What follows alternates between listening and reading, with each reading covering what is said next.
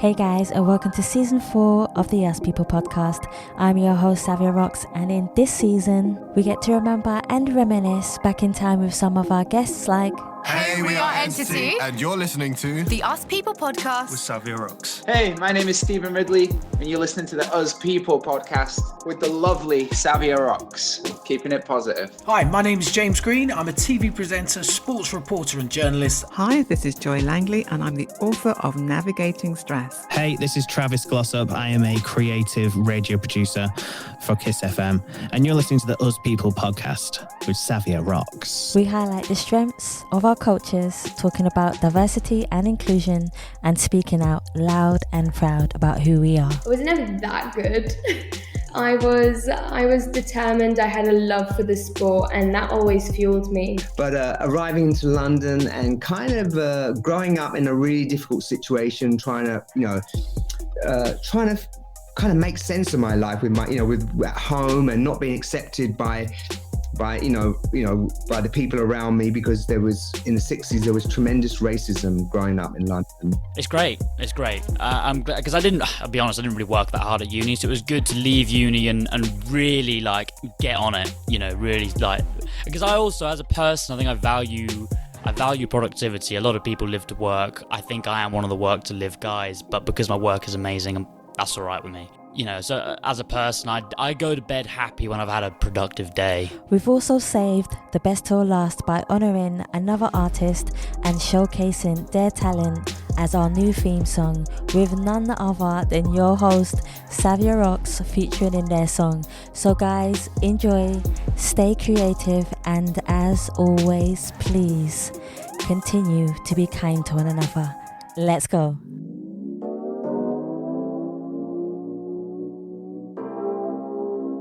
Oh, that's a good start, wasn't it? Hello, my name is Clive Goddard. I'm a professional cartoonist. Welcome to the Us People podcast with Savia Rocks.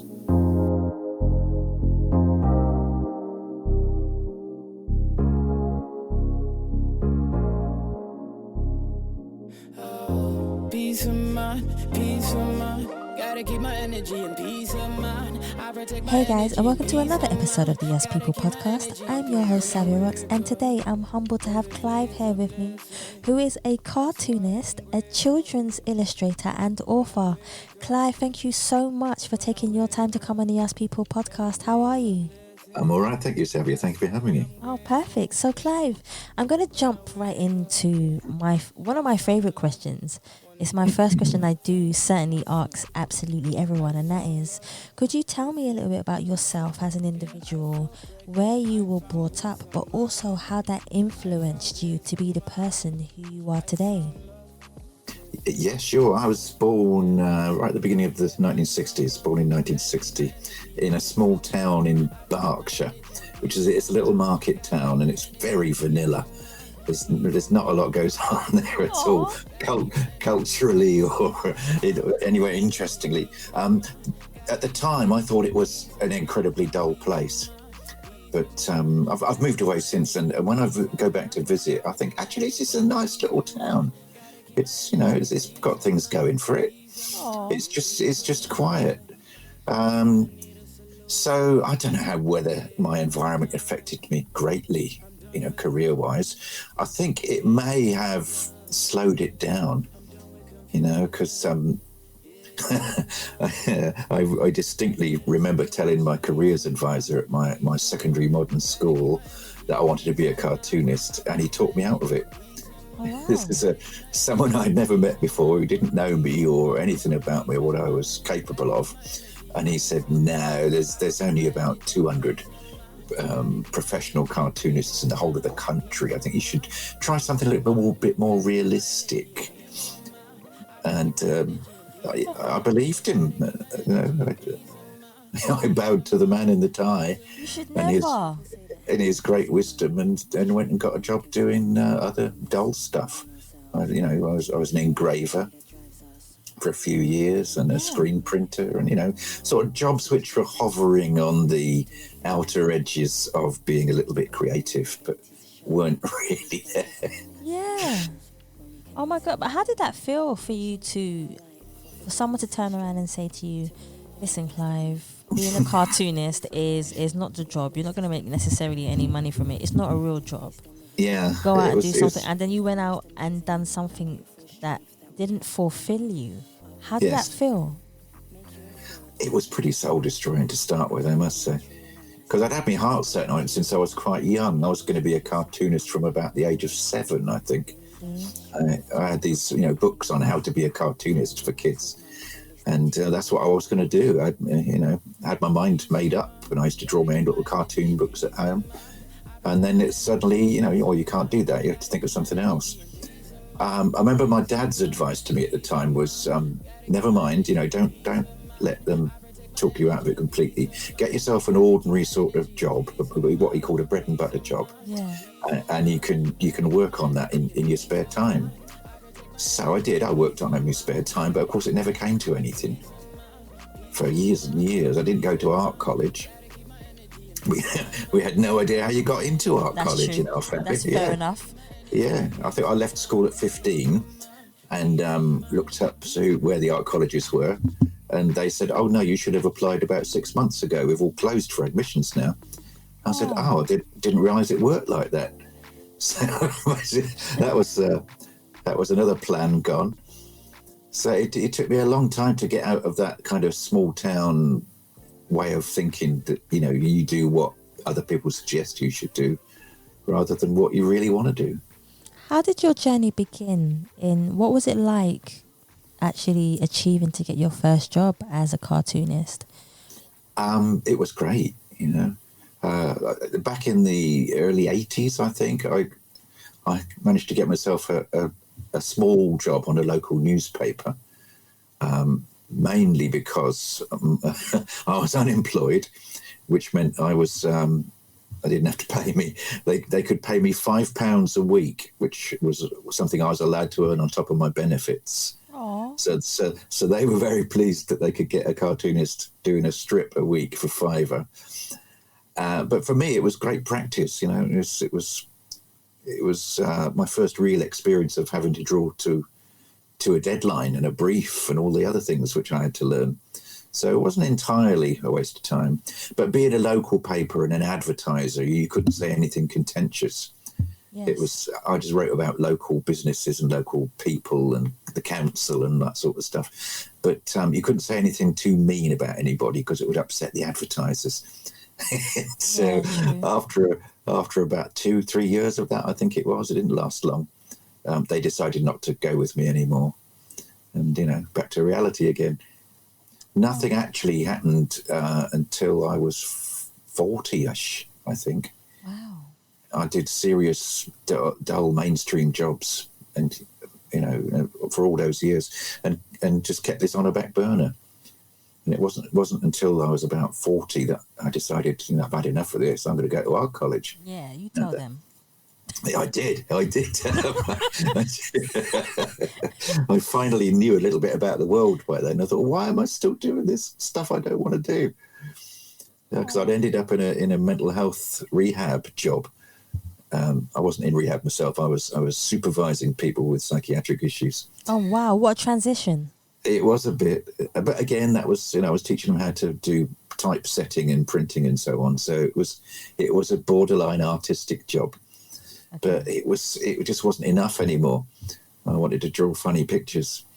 So I went to art college in Banbury, North Oxford College of Art, part-time and studied illustration.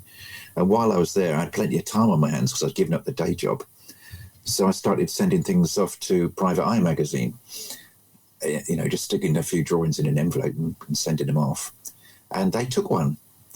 And I thought, bloody Nora, that's all you have to do. Is you just draw your things and you stick them in an envelope with you have to put a return postage in, or you wouldn't find out whether they liked it or not. And eventually they would take one. And that was like a road to Damascus thing for me. That was. See?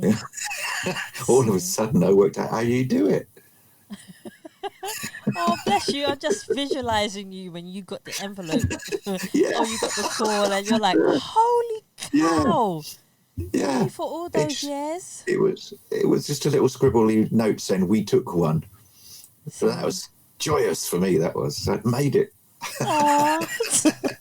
See, now that you have all that wisdom and knowledge, and you've been through all the trials and tribulations of understanding what a cartoon is and how to promote yourself, what advice would you give to anybody starting out who wanted to be a cartoonist? It's harder now than it was when I did it 20, 30 years ago, because the field has shrunk enormously. There used to be a lot more physical publications, print media, and almost all of it took cartoons, and that's gradually shrinking to nothing. So starting now is so much harder than it ever was when I did it. Yeah. And of course, the internet means people want their content for free.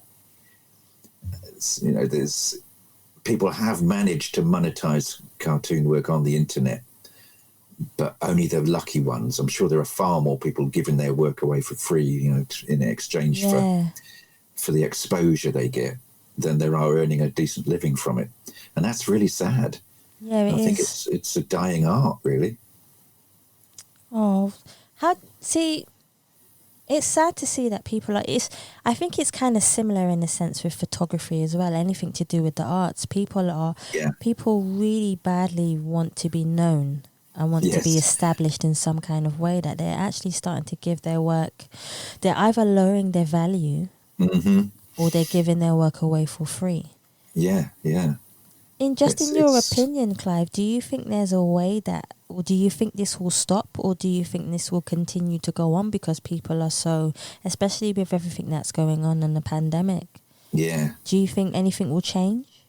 Oh, yeah, I'm optimistic, really. I have to be optimistic about it, because I feel like I came late to the party, and now the party's nearly finished. So no, the party is not finished, Clive. But generally, people getting paid for creative work online is not easy. Yeah. It's you can sell things, but again, it's the people who own the websites, means of production, all that business. The people who run the system take 90% of the profit from it. Wow. It's not, these sites that, you upload your artwork and they turn it into prints or mugs or T-shirts for people. Yeah, it's a 10% you get for any sales on that. Oh my gosh. So a £30 shirt will give you £3. What? Yes. Yeah, and I think it's pretty much all like that. The only thing I can see happening, other than a worldwide rising consciousness, and that's all tearing down the factories. I think we should all come back. I think we should all come together and have one of those. Really, like a humble kind of riot. The humble riot. A humble, that's what I'm going to call it now. A humble riot. And we all go up there with our signs and saying, we're the ones with the courage to be creative in the first place. But yet you guys are taking all our money and thriving from it. No, it wouldn't work for me. I think I'll be a leader of courage and riots. I think also another good thing we need to see is some decent people moving in on the artwork front who will give people the platforms and the distribution and the stuff that they can't do themselves without trying to profiteer from them. That's true. If somebody set up a site tomorrow promoting your work and took 50-50, just about any decent artist would flock to them and abandon all the 10% people. Yeah, I think that should be. Maybe you could do that, Clive. Do you know, I've talked to people about it, and trying to rally the troops a bit. I think you should. There's so many talented people out there where you can do something like that. And I always say to people, it's never too late to do something. Never.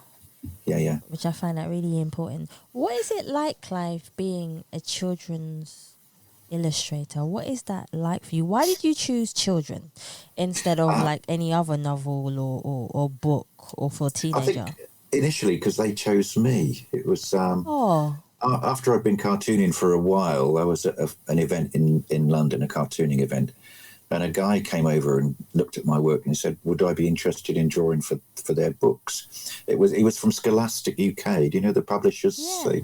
They do all the horrible histories and, you know, a huge chunk of British publishing. And I said, yeah, I'd love to. So I spent the next 10 years illustrating series for them. I did Horribly Famous series about famous dead people. Oh, wow. And The Knowledge and Bonkers books. You know, they were all educational books, but written in a humorous way, which, you know, really works with kids because they don't think they're learning. Yeah. They think they're learning fun stuff, but it's all going in there somehow. Yeah, you mentioned the writing. The writing came quite a while afterwards. I did quite a lot of the illustrating. Yeah. And I had to amend my style for children as well. It wasn't quite a smooth transition. I used to have to tone it down a little bit. I think I'd you know, got a bit spiky. I like the way you described that, spiky. I was like, yeah, that's a good way of describing it. Just about all the characters I drew were a little bit nasty, a bit ugly and malevolent looking, you know, because, you know, you need to poke fun at people, that's politicians true. And public figures who deserve it and so forth. But you can't. Well, drawing for children's a little bit different, you know, just smooth it out a bit, make it a bit rounder and softer, and a little less extreme. So that was also, you know, a good learning experience for me, that you can adjust your style for the audience. Other children's work followed from that, which was very nice too. Yeah. And after, like I said, about 10, 12 years of it, it started to dry up as well. The commissions stopped coming in. So I said to the publisher, would you be interested in an idea I've got for a novel? And they said, sure, send it in. So I sent them this idea I had about a boy explorer who goes off in search of fabulous unknown treasures all around the world. And it's a comedy adventure. And they liked it. And they took two of those books from me, and then decided it wasn't going to be quite David Walliams kind of volume of sales. I was not going to make them millionaires, so they quietly dropped me from that as well. But I've continued to write the same series and some other books as well, because kids like them. And I get gigs going into schools. Well, I did until 2020. Yeah. I used to go in and do workshops with kids in writing and drawing, and we'd act out scenes and have a brilliant time. So, and you know, the feedback I got from kids was they loved the stuff I was doing. So I'm convinced there is an audience out there for. It was called Fintan Fedora, the World's Worst Explorer, by the way. Oh, that's cool. Getting my plug in there, see. So now there are 4 of these books, and plenty more to come if I've still got the energy. So I can send him all over the world doing crazy stuff. I'm sure you have enough energy there. Once you have a passion for something, that energy only goes when you go. So, Clive, I'm sure your energy will always be there until you decide that you don't want to do it anymore. That's right. Well, as long as I know there are people who want to read it, that keeps me going. That's true. I just haven't met any of them for about a year. Yeah, it's been hard, and I don't know how this year will pan out. I'm very optimistic. Good. And Good. I think that's the best way to be, because you can also uplift people. Yeah, around you. It's a mutual thing, isn't it? Most definitely. Yeah, we need those days back. That's true. Clive, can you describe to me your drawing routine? Because I know that everybody draws differently in a different way, like you were saying, but also the hours that you put into not enough hours. I'm terrible in the morning. Before I met my wife, I used to work from evening till about 3 or 4 in the morning. Wow. I used to do antisocial hours, but now that I'm on my second batch of kids, we've still got one left at home out of 4. So, school, I have to adhere to normal hours like normal people, which means I get up in the morning and I struggle to get anything creative done at all in the morning. Afternoons are a bit better. Evenings, I tend to be social with the family then, so I don't have quite as many creative hours as I used to have. But no, I managed to use it fairly constructively.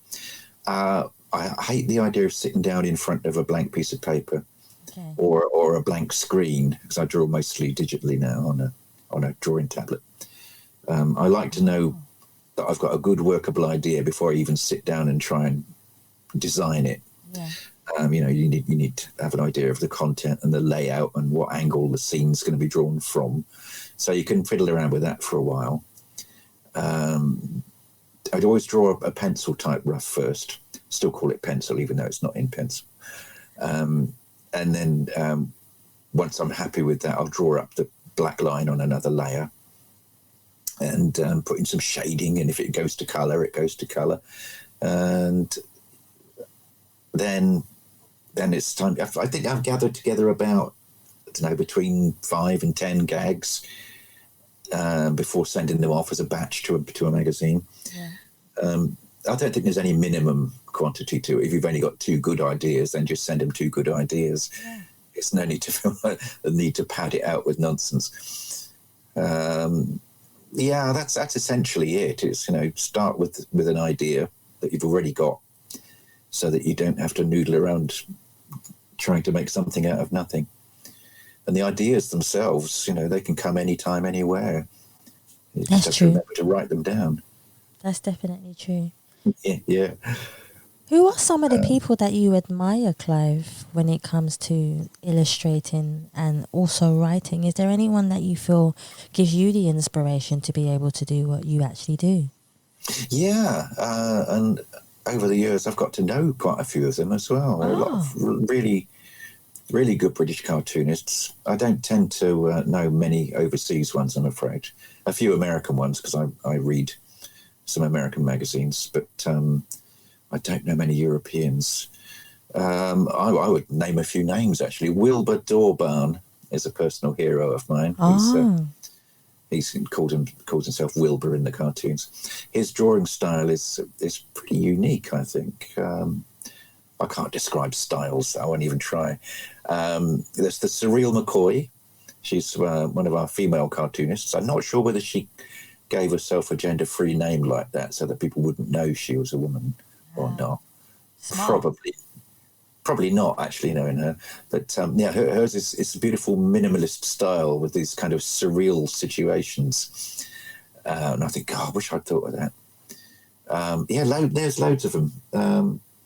I shan't say any too many because, people might not know who I'm talking about. And there's, the obvious ones. Tony Husband is, he's been a private eye stalwart for years. No, I'm not going to name any more. We're unfair on the ones I don't mention, but no, I have lots that I really admire. Writing, less so, I think. Yeah, I read a few, but I don't think my writing is particularly anything like things I read. Because obviously I read adult books, and the nearest, I suppose. No, I'm not going to say David Walliams because I'm not a fan, to be honest. Fair enough. That's fair enough. Not a fan of celebrities turned children's authors and what that's doing to the world of children's writers who can't get their foot in the door. That's true. Yeah. Yeah, but no, my books are funny adventures, and that's based entirely on the kind of stuff I used to like to read when I was a kid, and it's now just happy memories. But no, I don't read a great deal of children's fiction these days. Okay. Yeah, kids are all grown up. That's true. They grow up fast too. Oh, don't they? What's more important to you? Is it raw talent or perseverance? Or do you believe a combination of the two? Yeah, you're probably right. It is a combination of the two. It's a snowball thing, and if you've got enough raw talent to get a little ball rolling, it will grow faster as it rolls down the hill. Yes. Or it might fizzle out. You might find you're not very good at doing that particular snowball and do something else instead. Yeah, true. I don't know. I don't know anybody who has started out without a particular bit of raw talent and persevered to the point where they're really good. It must happen. Yeah. But but most of the people I know, because we like being successful at things, that we tend to go in the direction of least resistance. If you start achieving well at something, people like what you do, you're going to continue doing that. Which is why I'm not a scientist or a sportsman, for instance. These are things that did not come naturally to me, so I didn't pursue them. Aww. And plenty of other people did, and I'm happy for them. But it wasn't going to be for me. I think it's the talent must be there and in some sort of infancy form in order to make it want to pursue itself. Does that make any sense at all? Oh, that makes sense to me. No, that definitely makes, because you have to have some kind of, how can I say, passion and drive. Yeah. To be able to want to do what you do, especially do it every day. Oh, yes. I like the way you said that. You said that from experience. Except Sundays, of course. Of course. Of course. If I can help it. Oh, dear. What do you feel, Clive, are the... I wouldn't necessarily say failures, but I'll use failures just as the word is, as it came to me. What do you feel are the failures of being a cartoonist, or that you feel should improve, or people should give more incitement and initiative, or a chance, I should say, to help it evolve? Do you mean from a cartoonist point of view, or the way we fit into the world? Yeah, well, you can actually give me both of them. That would be a really good perspective on things. All right. Well, the internal ones, I think, is a lot to do with confidence. Okay. You need a thick skin in order to succeed in most creative fields. And like my careers teacher was telling me, cartooning is quite a small one. So you do have to push quite hard and be prepared to be rejected a lot. Yeah. So if you don't have the drive you were talking about, and you don't have the impetus to get you through all the rejections, you're probably going to give up, and it's going to knock your confidence. It probably happens to a lot of people, and you don't earn a lot of money at it either. There's no. It doesn't mean you're going to be a celebrity. You're not going to get invited onto TV shows or anything. So if that's what you're hoping for, it's the wrong field. So I think it probably self-selects a certain kind of person. Yeah. Luckily, quite pleasant people generally. I've met quite a few people who are cartoonists, and generally speaking, they're all really nice. Yeah. What else is there then? Problems with failures of the world to appreciate cartoonists. Yeah. I think Britain is one of the worst, actually, for appreciating cartoon art as an art form. It's in a lot of countries around the world, it's seen as held in much higher esteem.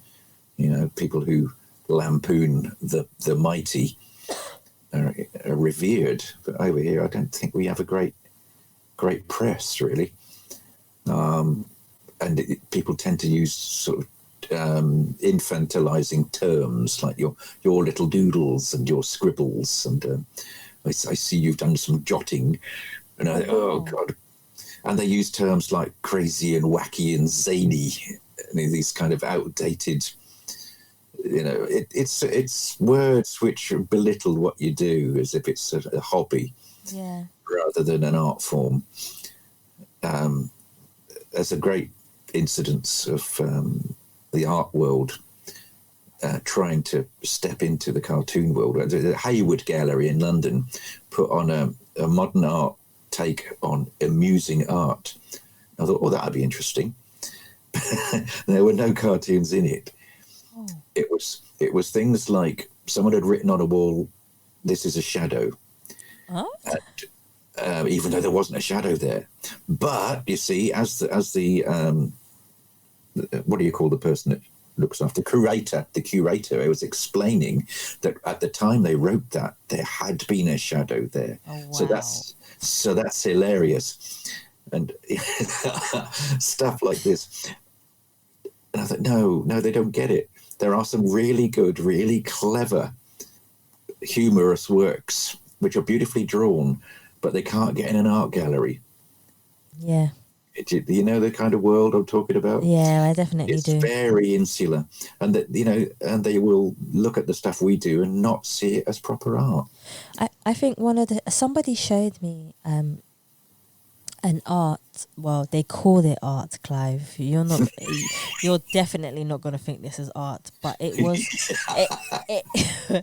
It was on. They had to show it to me because I didn't believe it. My friends had to show it to me because I didn't believe it. So it was someone who took a piece of sellotape and stuck a banana on a wall. I don't know if you ever saw. Do you remember that, right? And I was like, that's art. Yeah. That was notorious, wasn't it? And how much did they sell it for? Do you know? No. It was something ridiculous. Yes. You can buy a house. And yeah. or feed a continent. I don't know. But it was the sheer fact that, you're right. There are people out there who have immense talent and passion and determination and courage to do what they do every day. And all I needed to do was stick a banana on a wall. What have I been doing for the rest of... The conceptual art world's usual explanation is that they say, but you didn't think of it, did you? You didn't come I'm up going with to get the a mango. I'm going to get a mango, Clive, and stick it on a wall. Yeah. Oh, that's derivative. See? Yeah, you see, it's been done. See, stick a mango, or I don't know, stick a mango on a train. I don't know, on a train window. Yeah. Chewing gum. Stick chewing gum on a train seat. Clive, I'm sure someone's done it. I'm sure so, and then spreaded it out and Yeah. There was a shadow here. Yeah, it's yeah. No, that's the way the art world looks at the cartoon world has always astonished me, and that most people like cartoons. That's the weird. We all do. That's the thing. I think we all do. Across the board. It's not just your art snobs and your people who invest in modern works because they know they're going to appreciate. I don't know. Maybe that is the entirety of the art market. It's an investment thing, and they have to keep this this mystique about it. If anyone could do it, it wouldn't be worth anything. That's true. So they look at what we do and diminish it. Still, Sodom, eh? Yeah, why not? Yeah, Sodom. Here's one for you that I would love to ask you, Clive. Just because I feel that maybe no one's asked you this question before. What question? What question would you like people to ask you, but they never really do? Would I like to be commissioned by them to draw something really good for lots of money? If failing that, I don't know really. The one I don't like being asked is where you get your ideas from. See? That comes up. I didn't ask you that. Yeah. No, you didn't. Well done. Yeah. Well done. I did actually volunteer it. I think I said, you get them from anywhere you can. But what don't they ask me? Good Lord. How are you? Yeah, that'd see? be a nice one, wouldn't it? A genuine. I'm all right, thank you. Exactly. Yeah. Sometimes people ask a generic question, but it's not fulfilling in the sense of genuine. So I always like to try and ask people, what is the one question that you would like people to ask you more that they never really ask you? And I'm struggling to think of anything, to be honest. It's hard. No, even how are you, Clive, is really good because at least it's coming from a good place. Yeah, it is, isn't it? Yeah. Let me think on that a little bit more before that's say fine. I don't know. How do you feel about the next generation of cartoonists coming into the industry, and how do you feel that they would do? Mm-hmm. Especially because the previous generation has passed away. for the next generation. How do you feel about the new generation coming in? I have to feel hopeful, I think, because, like I said, the people love cartoons, and that's not going away just because the means of production might be disappearing and changing and morphing into digital distribution. People are still going to want cartoons, and people with talent and the interest are still going to want to make them. How they turn that into a living is something we are yet to work out. That's true. But it has to happen, because if everything is going to be based on this model of distribution, it's got to be made to pay. So I worry a bit for the future of cartoonists. I do. I think things are going to have to be different to the way they are now. I just can't envisage what that is. And I wish I knew more young cartoonists. Actually, there aren't that many.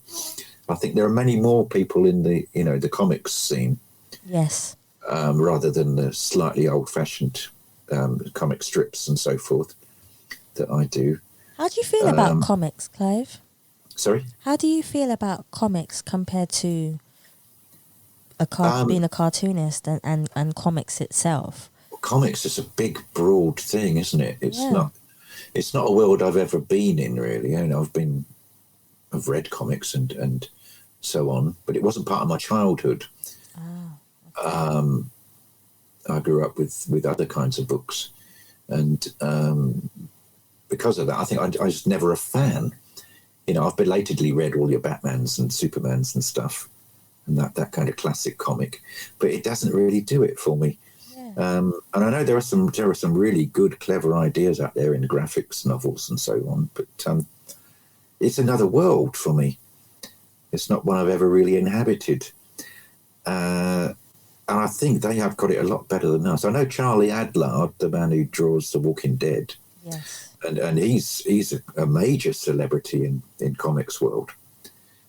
The kind of celebrity that gag cartoonists, newspaper cartoonists don't even aspire to. He's a household name. He's got many fans. But yeah, again, it's not a world I've ever really felt part of. No, it's a bit hard, I suppose. Like there's your manga cartoons, and then there's so many different types of cartoons. Yeah. Yeah, more than I couldn't list them. There's probably more genres than I'm even aware of. That's true, actually. You're going to make me research that now. Yeah. But I have seen some very good ones online. I just hope people are getting paid for what they do. I hope so too. Yeah.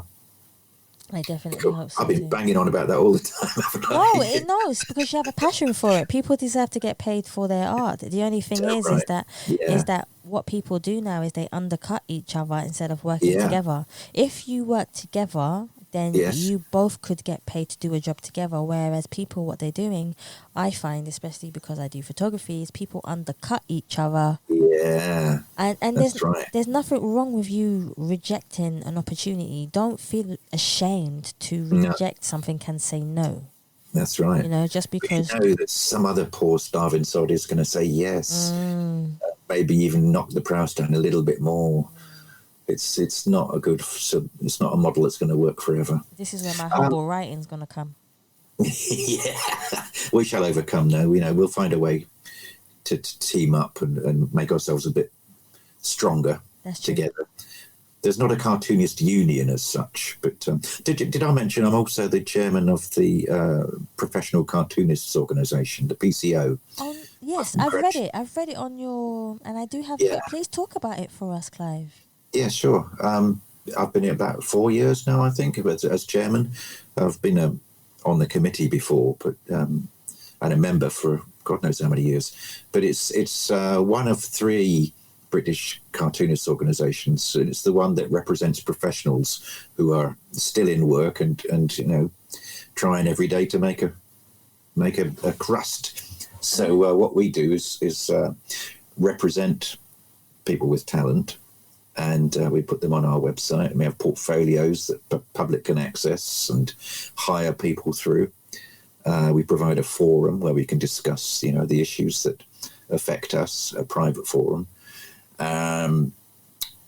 We campaign for, get people a decent deal. Every now and then you'll hear horror stories of somebody not being paid and clients ripping you off and so on, or running off with your work. So we every now and then I have to write a strongly worded letter to someone or say, this is not acceptable, you're very bad.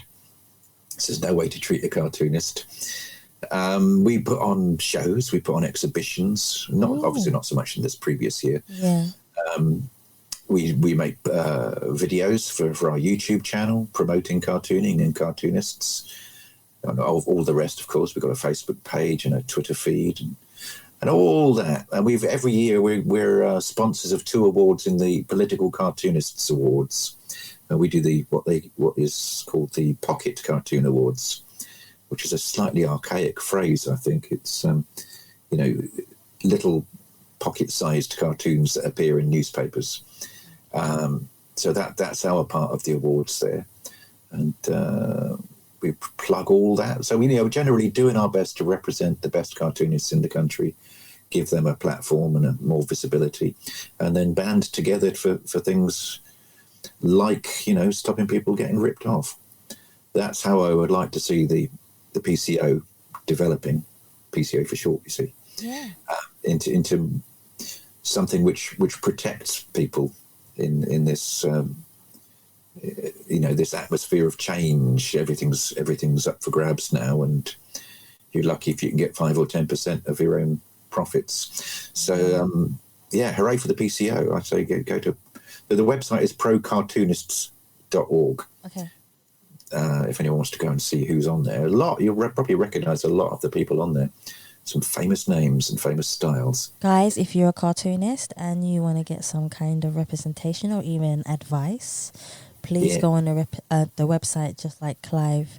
I'll definitely make sure Clive repeats it at the end of the podcast as well, just to make sure you guys, have all the information you need to be able to go and have a look for yourselves. So definitely, Clive, what are you most proud of as an individual? I suppose the obvious thing is the kids I've had. No one else could have done that. I've got some great kids. I've just become a grandfather as well for the first time. Congratulations. Thank you very much. This week even, I've become a grandfather. Professionally, I'm kind of pleased that I made it the hard way. There are a few cartoonists who, went straight from school to art college or university and came out from there, and they made some contacts in the media, and they got a job on a newspaper, and they worked on the newspaper and worked their way up. Whereas I feel like I did it, with one hand tied behind my back, and ended up exactly where I wanted to be, but a little later than scheduled. Hey, everyone has a different path. They do. Yeah, and it only enhances your story at the end. Yeah, and I think that is an essential part of being a cartoonist, is a degree of kind of cynicism. Yes. If everything's easy, then you're going to be lacking some kind of edge. That's true. Yeah, in my opinion, anyway. I don't know. Some people might be born with that edge, but I wasn't. I had to learn it. Aww. Well, what would you like your legacy to be when you feel like, I'm done, I've had enough? Yeah. What would you like your legacy to be of how people remember you? Well, obviously, I'd like to be thought of as somebody who drew good cartoons. And a good cartoon in my mind is one which is, it's memorable. It's not just your chip wrapping. It's the one that you might cut out and stick on your fridge or on a pinboard because it says something that you think, yeah, I wish I'd thought of that. It might just be a social thought, some social injustice thing or something political. And you think, yeah, that's exactly how I feel. I like it when people write to me and say, I saw that cartoon of yours and thought it was brilliant. Doesn't happen very often, of course. Normally you don't get any response at all. But when that does happen, that's great. So I'd like to think that in some small way, my cartoons have made a difference. Even if it's just to a few people, I'm not expecting to change the world or anything. 30 years ago, I was expecting to change the world, so it's probably just as well that I wasn't allowed to draw then. That's the kind of thing, for people to look at your work and think, that's great, wish I'd thought of it. Yeah, that sounds nice to me. It's the perfect answer. You can't ask for any more than that. And my final question for you, Clive, is where can we find you if we would like to, if anybody else would like to get in contact with you, because I've been humbled to be able to do the podcast with you this evening. But bless you. If anybody else would like to get in contact with you, where can they find you? My website is www.clivegoddard.com. I didn't even have to do the W's, did I? clivegoddard.com. And procartoonists.org is where you'll find the PCO, Professional Cartoonists Organisation, and see who's on there. And if you think you can make the grade, you can always apply to be a member. See, you hear that, guys? Apply. There's nothing wrong with applying, because you never know. That's right. So you don't know unless you ask. So it's true, right? Yeah, the P does stand for professional, so it's a case of you need to be fairly well established or show huge potential. We like people to be earning a significant portion of their income from being a cartoonist. That's fair enough. We used to say their whole income from being cartoonists, but things are so dire now that hardly anybody does. Yeah, no, I understand that. Hear that? Okay, guys, get your potential up and send your stuff in. Yeah. There you go. The harder you work and the more you persevere, now you have someone who is willing to be able to help you. And I think that is the best gift ever, to be honest with you. Yeah, and we want more young people in it as well. It's one of those professions that is predominated by white-haired old blokes like me. Aw, don't say that. It's true. Yeah. I would think the average age is somewhere in the 50s for professional cartoonists. Okay. Wow. So more young blood, please. Okay, right. Young talent. We're on the case.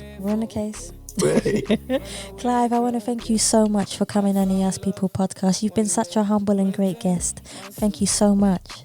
Bless you. It's been a pleasure. Thank you for having me. No, you're welcome. Guys, thank you so much for listening to the Us People podcast. And please remember, you can subscribe and leave us a review on Spotify, iTunes, Google Play, and any other platform that you prefer listening to. Please also follow us on Facebook, Instagram, and Twitter. And you can also donate to the Us People podcast by simply going to the Savia Rocks website or just typing in paypal.me/Us People podcast. Guys, thank you so much for listening. Stay happy, stay positive, and as always, please continue to be kind to one another.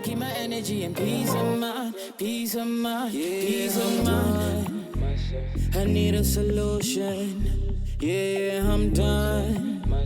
I'm done with her. Yeah, I'm done. I'm done with confusion. Yeah, I'm done. I need a solution. Peace of mind. Gotta keep my energy and peace of mind. I protect my energy and peace of mind. Gotta keep my energy and peace of mind. Peace of mind. Peace of mind. Gotta keep my energy and peace of mind. I protect my energy and peace of mind. Gotta keep my energy and peace of mind. Peace of mind. Peace of mind. Gotta keep my energy and peace of mind. I protect my energy and peace of mind. Gotta keep my energy and peace of mind. Peace of mind. Peace of mind. People say that having a peace of mind is trying to find a consistency of calmness within ourselves, to crave for a clarity that drives us through our emotional journey of life, to never let a person's judgment manifest into a fear inside of us, learning to believe in our ability to shine through the darkest moments and tunnels when we cannot see the light.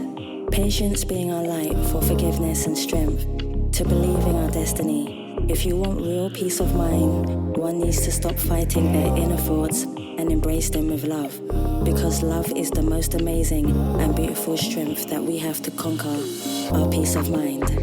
Make your thoughts impact a nation by keeping them true and honest, especially to yourself. But make your peace of mind. Most people like cartoons. That's the weird thing. Across the board, it's not just your art snobs and your, people who invest in modern works because they know they're going to appreciate. I don't know, maybe that is the entirety of the art market. It's an investment thing, and they have to keep this, this mystique about it. If anyone could do it, it wouldn't be worth anything. So they look at what we do and diminish it. I protect my energy and peace of mind. Gotta keep my energy and peace of mind.